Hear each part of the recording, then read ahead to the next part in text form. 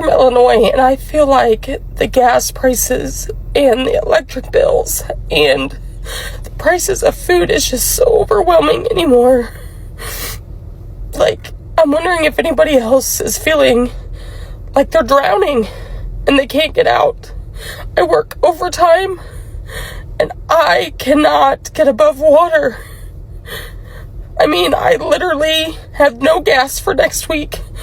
It was either that or get a few groceries to get by. I hit my local food pantries. I'm just wondering if anybody else feels like they're drowning. If you could pick one word to describe the state of the economy right now, what would that one word be? All f***ed up. All f***ed up. That was a diehard Trump supporter here in Florida at this gas station after he filled up his tank at the price of $4.29 per gallon.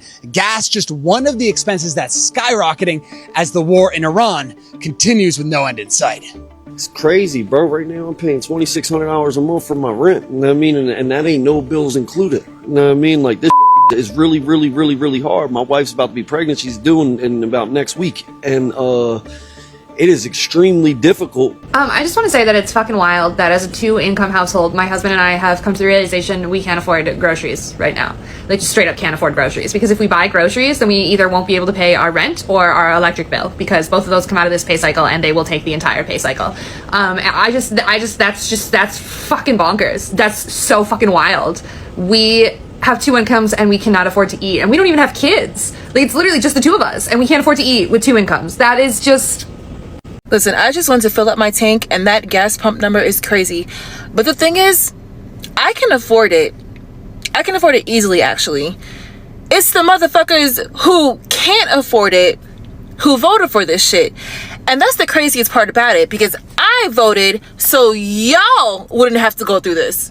Seeing gas prices makes me irrationally angry, and it's not necessarily because of the price, even though that sucks. It's because of what the price represents. Because we told you that this man who ran on gas prices being lower, grocery prices being lower, inflation being lower, the economy being better, no wars. We told you he was lying. We told you he was going to bamboozle you. And he did. And I don't even feel happy saying I told you so, because we all lose. We're all losing. Because you believed a con man. Because you blindly followed a proven con man. And you're still blindly following him. So every time I see it, it just makes my blood curdle. Because I'm like, you told me. You told me that there was going to be lower gas prices. You told me that I was a snowflake and a lot of other things, because I didn't believe him when he said that. Because I knew that wasn't going to happen. And now they're even higher directly because of him. And so, again, it's not an I told you so, but I told you so. I told you. And I'm mad because you promised me. You promised me that Donald Trump was going to wave a magic wand and everything was going to be great. And we knew that wasn't going to happen. And you didn't listen. So, thanks a lot. Promises are easy to make during campaigns, but the reality has a way of exposing everything. Trump voters, they believe they were choosing a leader who would bring an immediate relief. They were promised lower prices on day one, cheaper gas, an end to inflation, but instead, many are now facing a different America, one where survival feels harder than ever. So let's have a look. Maybe I'm wrong, but you cannot tell me that something is not wrong with this country that we live in. I just got off the phone, and the medicine that my child needs is $54,594 for a 6-month supply. She's supposed to get it on the 11th. And now I am going to spend the first week of December, when I should be having fun with my children, fighting with insurance and manufacturers and whoever it takes to get the medicine that my kid needs. And I'm going to do it. Don't get me wrong. I'm going to do it. But I just did it 6 months ago. when it was $36,000. How did it go up $20,000 in 6 months? Number one. Same shot is $20,000 more 6 months later. Okay, but I'm gonna do it because it's my kid. It's just the fact that I now have to take a week of my life to do this thing again that I just did 6 months ago and call everybody to plead for my child. But we live in the greatest country there is. You can't tell me that. You can't. I know there's issues other places. Like, I get that. But my kid's medicine shouldn't be $55,000. I don't make that much money in a year. Did you guys see that woman talking about her father getting kicked out of the nursing home? Well, apparently the nursing homes are kicking out their Medicare patients. And she was like, why would they do that? And everyone in the comments was like, honey, this is what you voted for. This is Medicare cuts. This is the big, beautiful bill. And she was like, no, that's not it. Yes, it is. I work in skilled nursing.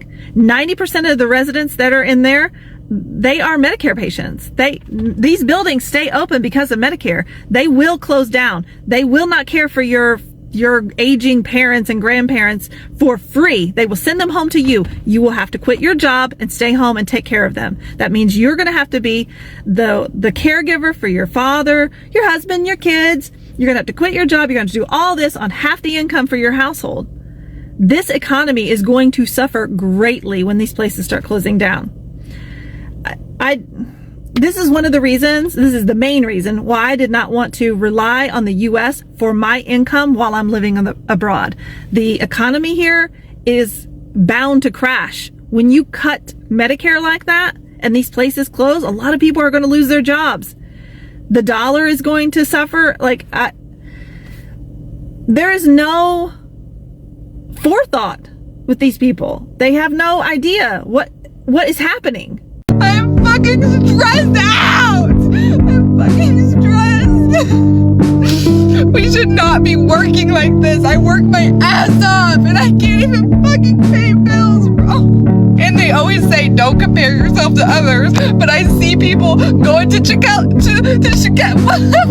Coachella and fucking buying all types of shit, just pointless fuck you money, and I'm over here and can't even fucking pay my fucking rent, bro. I've been busy in Washington, D.C. today, going around to the gas stations and talking to people filling up their tanks. And boy, they are mad at hell. I mean, look at the prices. $5.39 for regular, $6 for premium. Well, $5.999. And that's why I've been busy putting these stickers on here. These stickers that say, I did that. Let's give Trump credit for what he did, which is make these gas prices unaffordable for working Americans. Now, I'm lucky. I got a bicycle. I can get around on my bike, but most people can't do that. They need their cars. There's lots of cars here in DC and all over this country, and people are whopping mad. But you know what? They have to connect it to the illegal, unprovoked war in Iran that Trump got us into. And we got to be putting the blame on him. And we have to be telling members of Congress that they have a chance to say no to this war by voting for the War Powers Resolution that's going to come up this week. It says Trump does not have the right to take us into this war. So please, make sure that people understand when they're filling up their gas tanks, this is because of Trump's war in Iran, and it's got to stop now. Hey everyone, so I'm here in Charlotte. Since the start of Trump's war of choice, it's $15 more every time you fill up your tank of gas. The price of diesel has now gone up 80% since the start of the war. And you best believe that's going to carry over to how much you're paying for all the goods that are being transported on those semis. We've got a president who is paying more attention to what he thinks is in his best political interest and personal interest as opposed to what is in the best interest of working people in America. Did you see what Donald Trump said when asked how long are gas prices going to stay this high? He goes, they're really not high. If you look at what they were supposed to be to get rid of a nuclear weapon, what? What, Donald Trump? They're not very high to get rid of a nuclear weapon. Donald Trump, There was no nuclear weapon, number one, to get rid of. Number two, Donald Trump, like his whole administration of millionaires and billionaires, are all out of touch of what we're paying at the gas pump. Gas prices have increased over 40%. Do you think they're not high? Are they high or what? Hell yes, they're high. Likewise, his Secretary of Energy, Chris Wright, was asked, this was a month ago, how long would the gas prices take to get back to $3 a gallon? Oh, he said a few weeks. Well, now he was just interviewed again and said, well, it'll be sometime next year, maybe. What? Next year, maybe? That's 8 months plus, Chris Wright. That's not a few weeks. And then remember, Brooke Rollins, the Secretary of Agriculture, where you're supposed to get that $3 piece of chicken, the broccoli, the tortilla, and something else. I'm still looking for that. And have prices gone down since this gas crunch? Hell no. Gas prices are higher and higher. They're all out of touch. But guess what? All these people that made all this money on the stock market and the oil market, when they knew announcements were going to be made, they made tons of money. And these refunds coming back today, started today on the tariffs, are you and I, the little people, going to get a penny of it? Hell no, we won't get a bit of it. But these big companies, they'll get it all. They'll get it all. MAGA, you've put Donald Trump in. I hope you're happy. F around and find out. I'm mad about this and I'm sick and tired of it.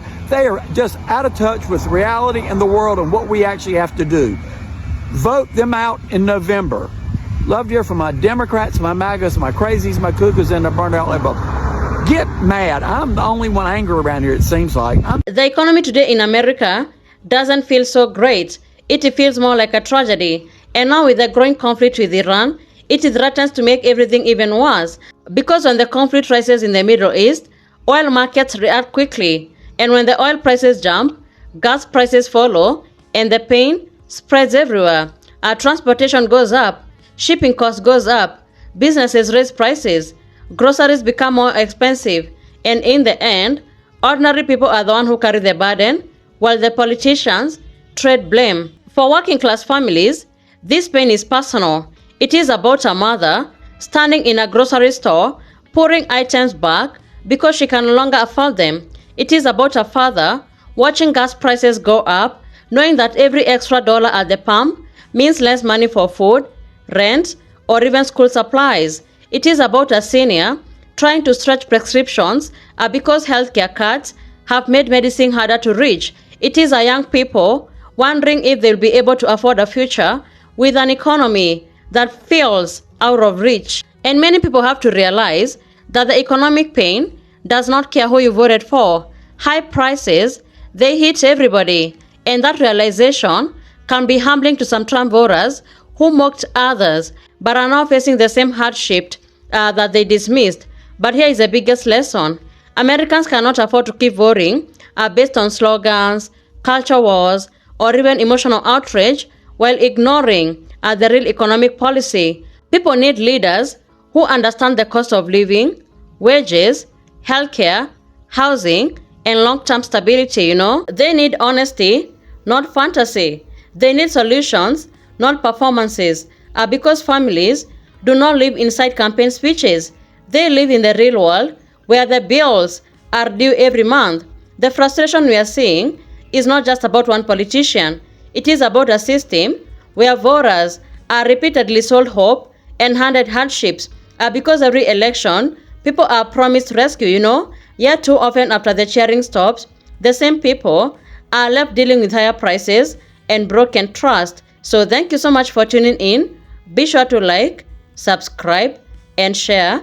Have a good one. I'll see you in the next video.